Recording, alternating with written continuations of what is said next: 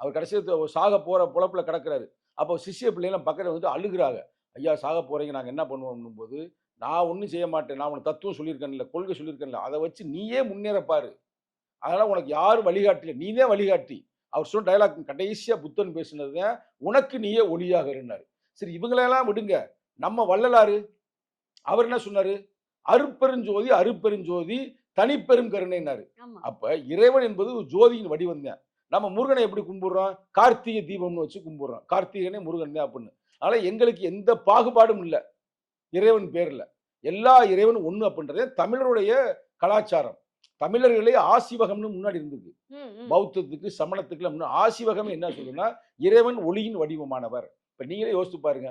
Current இருக்கிறனால இப்ப நம்ம எல்லா வேலையும் செய்றோம். லைட் கண்டிப்பா சார். கரண்ட் இல்லாட்டினா இல்லைன்னா அவ்வளவுதான். கரண்டே வந்து இந்தியாவுக்கு 1905ல தான் வந்திருக்கு. எங்க ம். நம்ம தமிழ்நாட்டுக்கு, ம், சென்னைக்கு வந்திருக்கு. ம், அதுக்கு ம். முன்னாடி யோசிச்சு கற்பனை பண்ணி பாருங்க.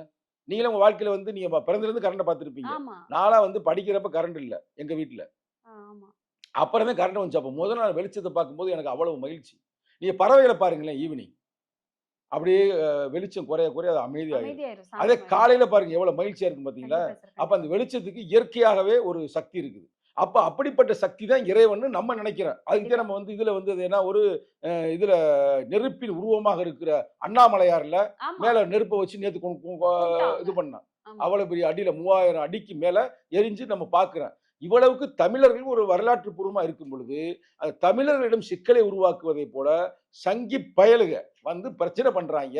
ஆ. அத நாங்க பார்த்துக்கிட்டு சும்மா இருக்க மாட்டோம். ஏன்னா கண்டிப்பா. எங்களுக்கு எல்லா பகுத்தறிவும் இருக்கு. எங்களுக்கு எல்லாம் தெரியும். ம், ம், ம். இன்னமும் கூட அவைங்க வந்து இப்ப நீங்க பெண்கள் இவ்வளவு தைரியமா வந்து இன்டர்வியூ எடுக்கிறீங்களே, அவைங்க பெண்களே ஒரு மோகப் பொருள், இச்சை பொருள் அப்படின்னு யாரு அவைங்களுடைய அ மனு சாஸ்திரமா இதுல சொல்லிக்கிட்டு இருக்கிறாய்ங்க. சரி. அந்த புத்தியெல்லாம் வச்சு தான் இங்க வந்து கலவரத்த உருவாக்க வர்றாய்ங்க. நாங்கள் விடமாட்டோம். யாரு விடுறாங்களோ விடலையோ, விடுதலை சிறுத்தைகள் ஆ. தமிழ் மக்களுக்கு, அது மதுரை மண்ணுக்கு, அதுவும் குறிப்பாக திருப்பரங்குன்றம், திருப்பறைக்குன்றம் கண்டிப்பா. அதை நாங்கள் பாதுகாத்து நிற்போம். கண்டிப்பா. அப்படின்றத நான் உங்களுக்கு சொல்ல விரும்புகிறேன். கண்டிப்பா. திருப்பறையர்களின் குன்றத்தை யாராலும் தொட முடியாது. முருகராக இருக்கட்டும், ஐ மீன் அல்லாவாக இருக்கட்டும், இஸ்லாமியர் இயேசு ம். சாமியா இருக்கட்டும், நாங்கலாம் ஒண்ணு தான் அப்படிங்கிறத நெத்தியில அடிச்ச மாரி சொல்லியிருக்காரு. தொடர்ந்து நெறைய விஷயங்கள், நெறைய தகவல்கள் ஐயா கிட்ட கேட்டு தெரிஞ்சுப்போம். தொடர்ந்து பேசுவோம். நன்றி. நன்றி, வணக்கம்.